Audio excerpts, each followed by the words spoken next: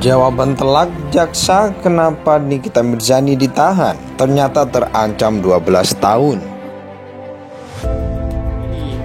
Nah, sebagaimana yang telah kita jelaskan, itu pasal yang disangkakan adalah pasal 27 ayat 3 junto pasal 311 KUH pidana.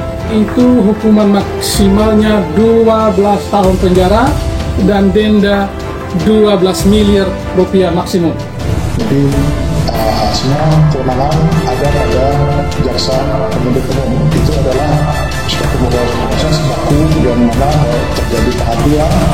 JPO akan selalu membuat berita acara atau nota pendapat kepada Kajari untuk dimintakan pendapat dan alasan. Tidak ada orang yang patut diduga sebagai pelaku tindak pidananya tetapkan sebagai tersangka.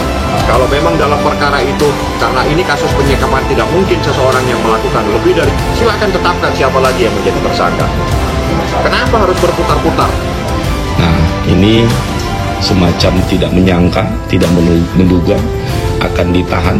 Nah, tidak ada alasan lain mau teriak-teriak setinggi sampai langit pun tidak akan ada yang mendengarkan. Karena apa yang kau perbuat itu yang akan kau terima. Oleh karena itu, menurut saya langkah yang dipilih oleh Kejaksaan Negeri Serang ini sudah sesuai dengan apa tabur tuai. Apa yang kau tabur itu yang kau tuai, sesuai setimpal hukumannya. Jadi jangan juga berpihak kemana-mana. Jadi aku rasa nanti Pak Pengadilan pasti akan lebih adil lah, lebih adil aku rasa ya, aja sesuai lah gitu. Karena itu memang sesuatu yang sangat serius tuduhan itu.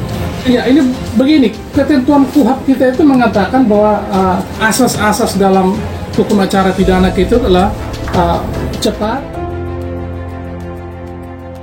Jaksa dari Kejari Serang memberi jawaban telak kenapa Nikita Mirzani ditahan.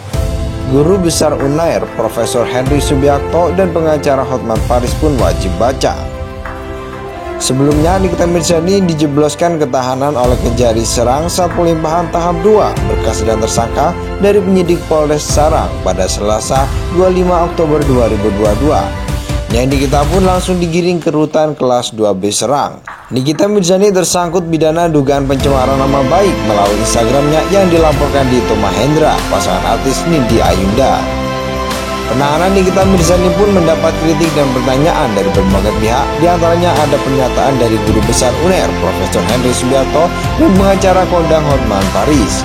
Konflik pribadi yang dilaporkan dengan pasal penghinaan dan pencemaran nama baik 27 pasal 3 ITE tidak bisa ditahan sejak UU ITE direvisi 2016, kata Henry dalam cuitannya di Twitter Rabu 26 Oktober 2022. Pengacara kondang Hotman Paris juga mempertanyakan pasal yang dituduhkan kepada Nikita Mirzani. Apakah ada pasal selain pasal 27 ayat 3 UU ITE?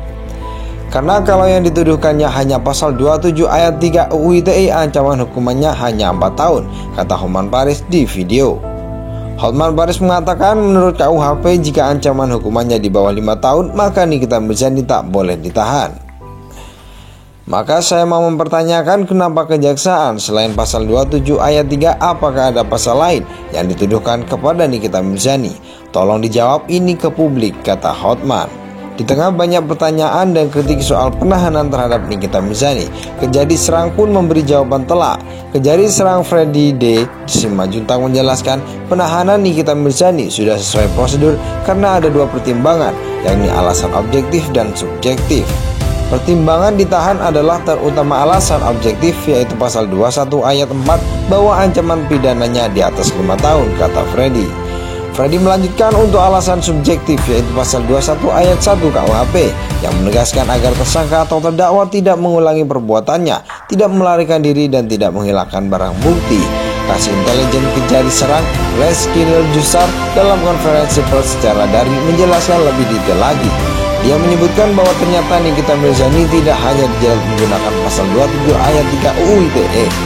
Tersangka NM dipersangkakan melanggar pasal 27 ayat 3 junto pasal 45 ayat 3 atau pasal 36 junto pasal 51 ayat 2 Undang-Undang Nomor 19 Tahun 2016